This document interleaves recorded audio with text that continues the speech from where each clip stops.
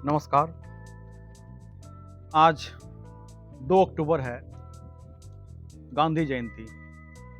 हम सब जानते हैं आज के दिन गांधी जी का जन्म जयंती मनाते हैं।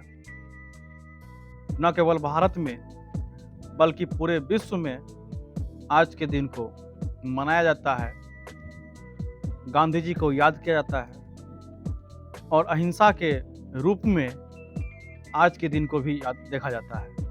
अहिंसा दिवस के रूप में भी आज 2 अक्टूबर को मनाया जाता है।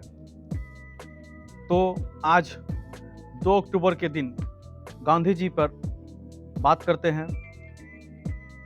गांधी जी का जो योगदान रहा है, गांधी जी अपना पढ़ाई कहाँ पूरा किए,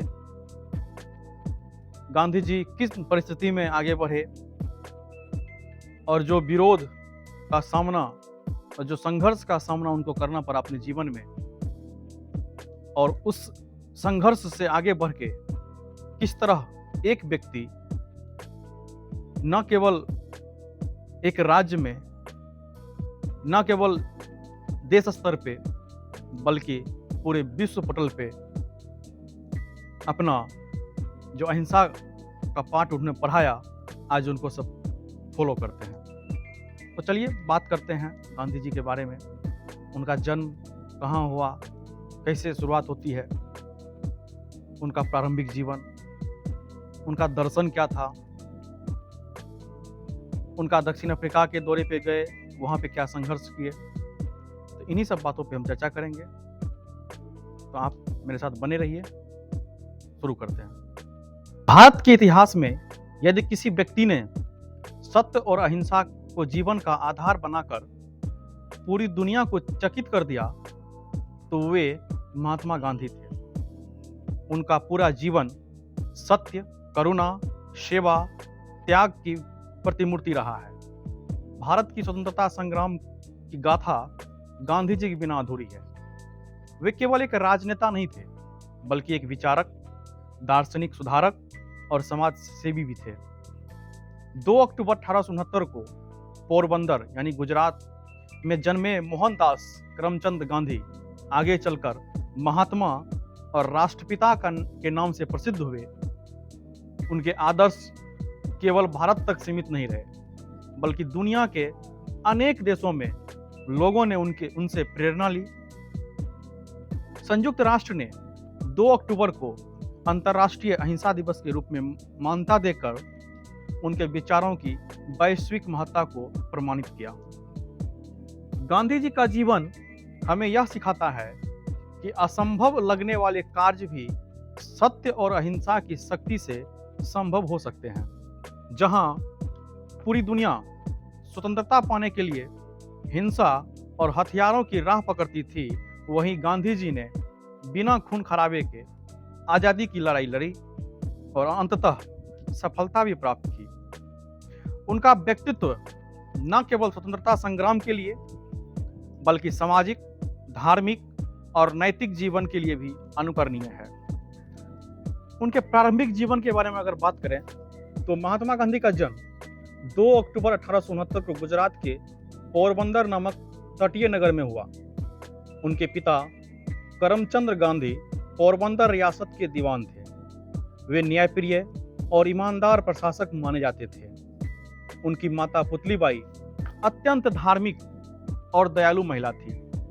पुतलीबाई का जीवन पूर्णतः धार्मिक अनुशासन और व्रत उपवास से भरा हुआ था।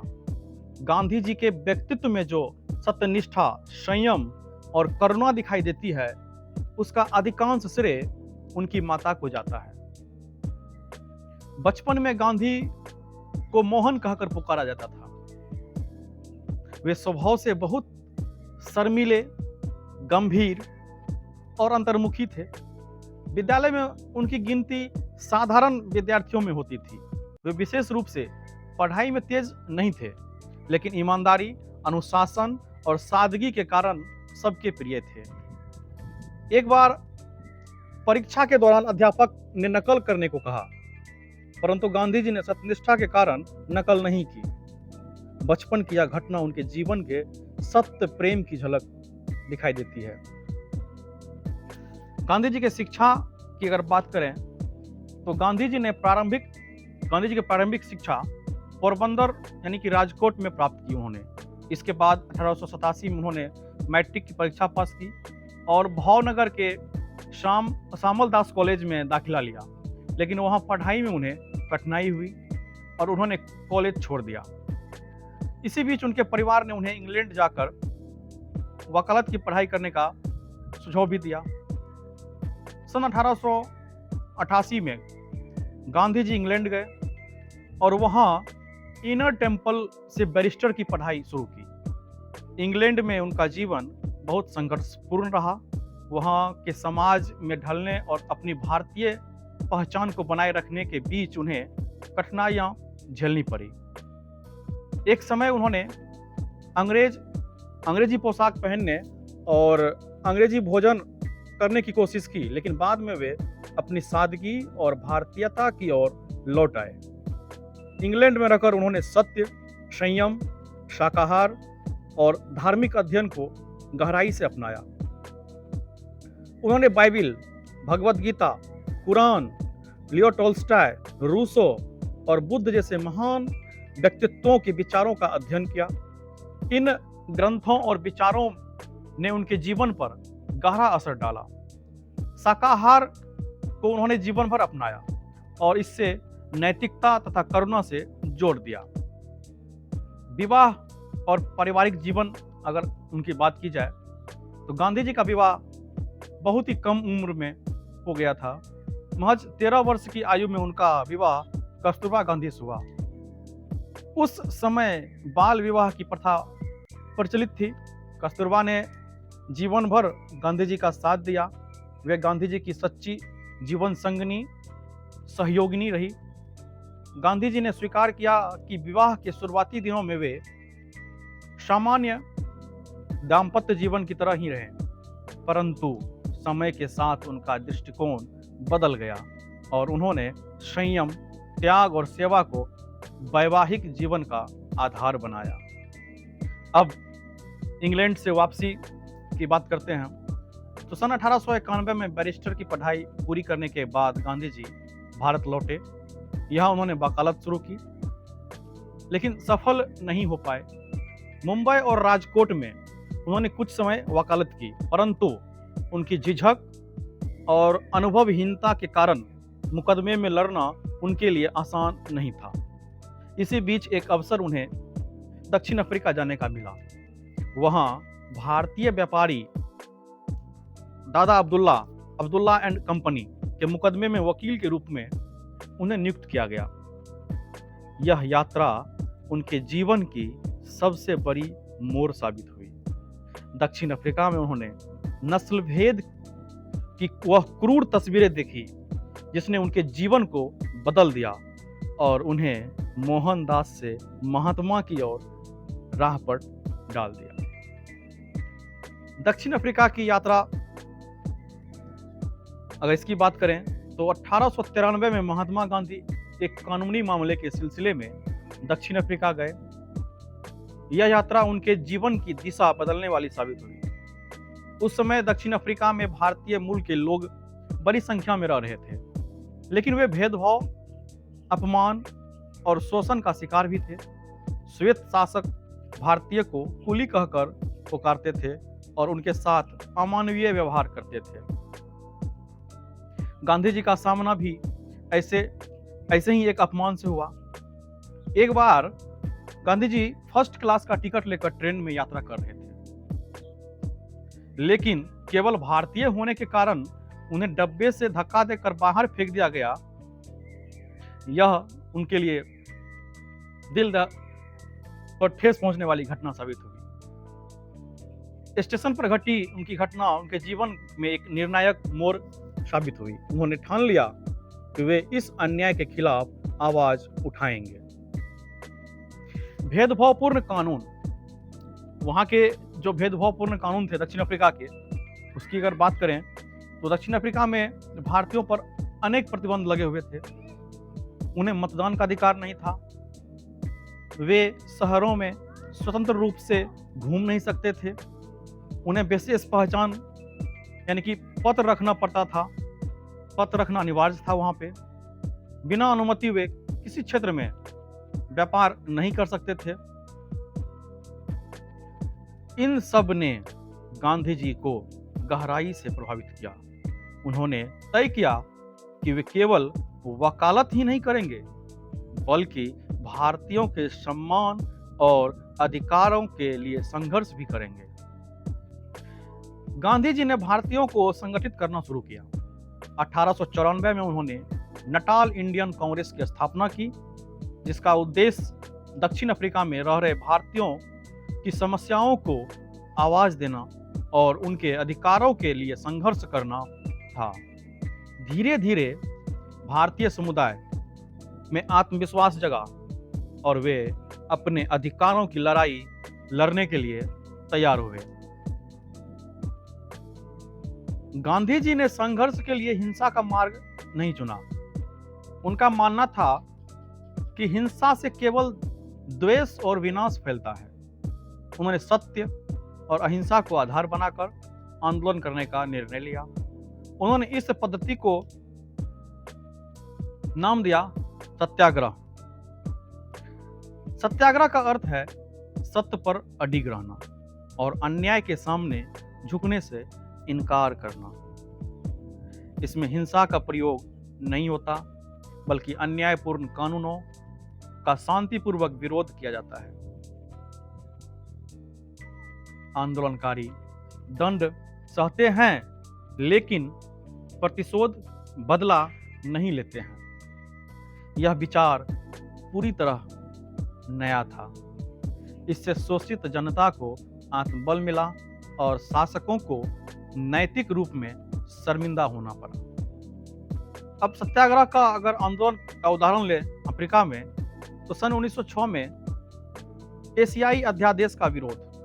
ट्रांसवाल सरकार ने एक नया कानून लाया, जिसके अनुसार सभी एशियाई लोगों को अपनी पहचान दर्ज करानी होगी और विशेष पास रखना होगा। भारतीयों ने इसका विरोध किया। गांधी जी ने हजारों भारतीयों के साथ शांतिपूर्ण सत्याग्रह शुरू किया। दूसरी घटना सन 1908 में होती है।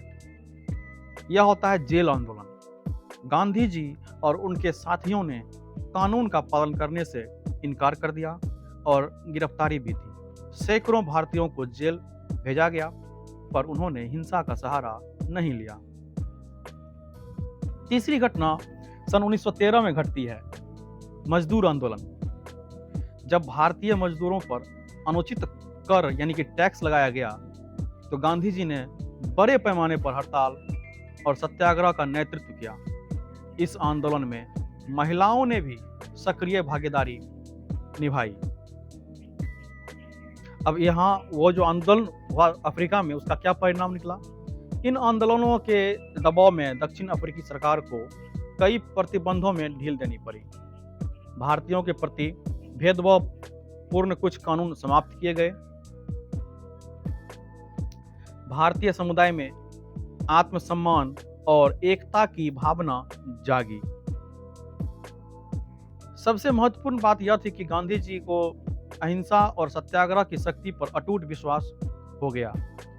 उन्होंने समझा कि यह पद्धति केवल दक्षिण अफ्रीका ही नहीं, बल्कि पूरी दुनिया को बदल सकती है। अब बात करते हैं गांधी जी का व्यक्तित्व निर्माण का। दक्षिण अफ्रीका का अनुभव गांधी जी के जीवन का प्रयोगशाला जैसा था। यहाँ उन्होंने सीखा, अन्याय के सामने झुकना नहीं है। सत्य और अहिंसा के बल पर किसी भी बड़ी ताकत को हराया जा सकता है। आम जनता को संघर्ष में शामिल करने का सबसे सशक्त तरीका अहिंसा है। यही शिक्षा लेकर गांधी जी सन 1915 में भारत लौटे। भारत उस समय स्वतंत्रता की राह खोज रहा था और गांधी जी अपने सत्याग्रह के शस्त्र के साथ तैयार थे। उनका भारत वापसी 9 जनवरी 1915 को होता है। दक्षिण अफ्रीका में लगभग 21 वर्षों तक न्याय और अधिकारों के लिए संघर्ष करने के बाद महात्मा गांधी 1915 में भारत लौटे। उस समय भारत अंग्रेजों की दास्तां से कराह रहा था। चारों ओर असंतोष, अत्याचार और शोषण का वातावरण था। भारतीय जनता कई दशकों से स्वतंत्रता की राह तलाश रही थी, लेकिन उसे कोई ऐसा नेतृत्व नहीं मिला जो जनता को संगठित कर सके। गांधी जी के भारत लौटने पर गोपाल कृष्ण गोखले जैसे नेताओं ने उनका स्वागत किया और उन्हें भारतीय राजनीति की वास्तविक स्थिति को समझने की सलाह दी। गांधी जी ने तुरंत राजनीति में प्रवेश नहीं किया, बल्कि पूरे देश की यात्रा करके जनता की समस्याओं को समझा। वे आम लोगों के बीच गए, गांव में रहे, किसानों और मजदूरों से बातचीत की और उनके दुख दर्द को समझा, उनके दुख दर्द को जाना। उनका पहला सत्याग्रह बिहार के चंपारण में शुरू होती है। गांधी जी का यह पहला बड़ा आंदोलन भारत में चंपारण में हुआ। यहाँ अंग्रेजी शासन किसान को जबरन नील की खेती करने के लिए मजबूर कर रहा था। किसानों को अपनी भूमि पर नील बोनी पड़ती थी, जिससे उन्हें भारी नुकसान उठाना पड़ता था। अंग्रेज अधिकारी किसानों का शोषण कर उनसे अधिक कर यानी कि टैक्स वसूलते थे। गांधी जी किसानों की पुकार पर चंपारण पहुंचे। वहां उन्होंने किसानों की समस्याओं की जांच की और अंग्रेजों के सामने ठोस तर्क रखे। उन्होंने सत्याग्रह का मार्ग अपनाया और किसानों को हिंसा न करने की सलाह दी। अंततः अंग्रेज सरकार को झुकना पड़ा और किसानों को नील की जबरन खेती से मुक्त किया गया। इसका भी बहुत बड़ा महत्व है। यह गांधी जी का भारत में पहला सफल सत्याग्रह था। इस आंदोलन ने उन्हें राष्ट्रीय स्तर पर लोकप्रिय बना दिया। भारतीय जनता ने समझा कि शांतिपूर्ण संघर्ष से भी बड़े बदलाव लाए जा सकते हैं। उसके बाद गांधी जी का दूसरा आंदोलन खेरा आंदोलन होता है 1918 में। चंपारण की सफलता के बाद गांधी जी ने गुजरात के खेरा जिले में आंदोलन का नेतृत्व किया। यहाँ भयंकर अकाल पड़ा और किसान कर चुकाने की स्थिति में नहीं थे। अंग्रेज सरकार ने किसानों से कर माफ करने की अपील को ठुकरा दिया। गांधी जी ने किसानों के साथ सत्याग्रह शुरू किया और कर न देने का निर्णय लिया। किसानों ने संगठित होकर अहिंसक ढंग से सरकार का विरोध किया। अंततः सरकार को झुकना पड़ा और कर वसूली स्थगित करनी पड़ी। इसका भी बहुत बड़ा महत्व है। किसानों में आत्मविश्वास पैदा हुआ। अंग्रेजों को यह एहसास हुआ कि अब जनता चुप नहीं बैठेगी। गांधी जी का नेतृत्व और सशक्त हो गया। धीरे धीरे वह और मजबूत होता चला गया। उसके बाद एक और आंदोलन होता है, अहमदाबाद मिल मजदूर आंदोलन। 1918 में ही ये भी होता है। गुजरात के अहमदाबाद में कपड़ा मिल के मजदूरों को मजदूरी संबंधी समस्याएं झेलनी पड़ रही थी। मजदूरों ने मालिकों से वेतन बढ़ाने की मांग की। जब मालिकों ने उनकी बात नहीं मानी तो मजदूरों ने हड़ताल कर दी। गांधी जी ने मजदूरों को हिंसा से दूर रहने और शांतिपूर्वक हड़ताल करने की सलाह दी। उन्होंने खुद उपवास रखा और मालिकों को मजदूरों की मांग मानने पर मजबूर किया। अंततः मजदूरों को वेतन वृद्धि मिली और उनकी स्थिति भी सुधरी। इसका भी बहुत बड़ा महत्व है। यह पहला अवसर था जब गांधी जी ने मजदूरों के अधिकारों के लिए सत्याग्रह किया। मजदूरों में विश्वास जगा कि उनके साथ न्याय हुआ है।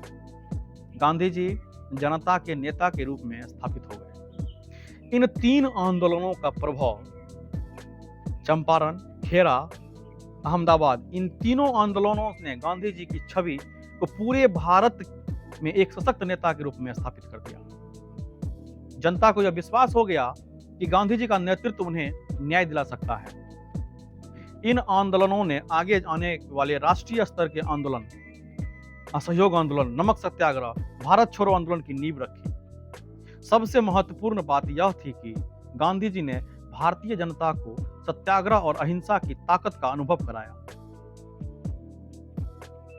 भारत लौटने के बाद गांधी जी ने स्थानीय स्तर के इन आंदोलनों के जरिए यह सिद्ध कर दिया कि ब्रिटिश शासन को झुकाया जा सकता है। उन्होंने किसान, मजदूर और आम जनता को अपने संघर्ष का केंद्र बनाया। इस दौर के बाद गांधी जी भारतीय स्वतंत्रता संग्राम के अपरिहार्य नेता बन गए। असहयोग आंदोलन। भारत में 1919 का साल अत्यंत दुखद और निर्णायक रहा। अंग्रेजों ने रॉलेट एक्ट पारित किया, जिसके तहत किसी भी भारतीय को बिना मुकदमे, बिना सबूत जेल भेजा जा सकता था। गांधी जी ने इनका कड़ा विरोध किया और देशव्यापी सत्याग्रह का आह्वान किया। इसके तुरंत बाद जलियांवाला बाग नरसंहार हुआ, जिसमें जनरल डायर के आदेश पर निहत्थे लोगों पर गोलियां चलाई और सैकड़ों लोग मारे गए। इन घटनाओं ने भारतीय जनता का विश्वास अंग्रेजी शासन से पूरी तरह हिला दिया। अब गांधी जी को लगा कि अंग्रेजों के साथ सहयोग करके भारत स्वतंत्र नहीं हो सकता। उन्होंने देश को स्वतंत्र कराने के लिए नए मार्ग असहयोग आंदोलन का आह्वान किया। असहयोग आंदोलन का प्रारंभ सन 1920 में होता है। असहयोग आंदोलन का अर्थ था अंग्रेजों की हर संस्था, हर व्यवस्था से सहयोग बंद करना। गांधी जी ने 1920 में भारतीय राष्ट्रीय कांग्रेस के अधिवेशन में यह प्रस्ताव रखा और जनता से अपील की कि अंग्रेज सरकार को असहयोग करके कमजोर करे। इसका मुख्य कदम इस प्रकार था: सरकारी नौकरियां छोड़ना, दूसरा सरकारी विद्यालयों, कॉलेजों से त्यागपत्र देना, तीसरा बात करें तो अदालतों में भी मुकदमे लड़ने से इनकार कर देना, विदेशी वस्तुओं का बहिष्कार करना और स्वदेशी वस्त्रों का प्रयोग करना, ब्रिटिश उपाधियों और सम्मानों का भी परित्याग कर देना।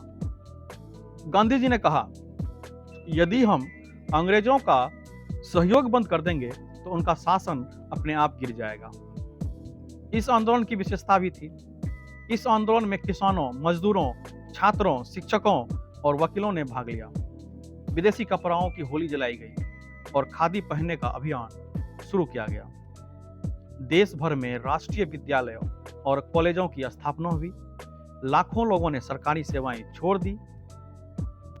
यह आंदोलन पूरे भारत को पहली बार एक साथ जोड़ने वाला साबित हुआ।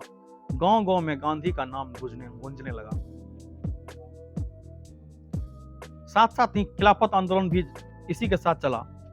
उसी समय मुसलमानों के बीच खिलाफत आंदोलन भी चल रहा था। तुर्की के खलीफा को मुसलमानों का धार्मिक नेता माना जाता था, लेकिन प्रथम विश्व युद्ध के बाद अंग्रेजों ने उसे हटा दिया। इससे भारतीय मुसलमान में भी असंतोष फैल गया। गांधी जी ने इस आंदोलन का समर्थन किया और इसे असहयोग आंदोलन से ही जोड़ दिया। इस प्रकार हिंदू मुस्लिम एकता का दुर्लभ उदाहरण सामने आया। इस आंदोलन का क्या प्रभाव था? सबसे पहला प्रभाव तो जनता में आत्मविश्वास जगा। भारतीय जनता को विश्वास हुआ कि वे अंग्रेजों को चुनौती दे सकता है।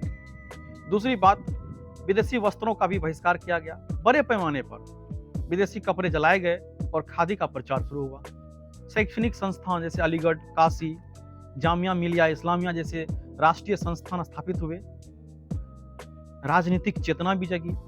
यह आंदोलन भारतीय स्वतंत्रता संग्राम का जन आंदोलन बन गया था। यह आंदोलन सन 1922 में इसकी समाप्ति होती है। असहयोग आंदोलन तेजी से आगे बढ़ रहा था, लेकिन 1922 में एक दुखद घटना हुई।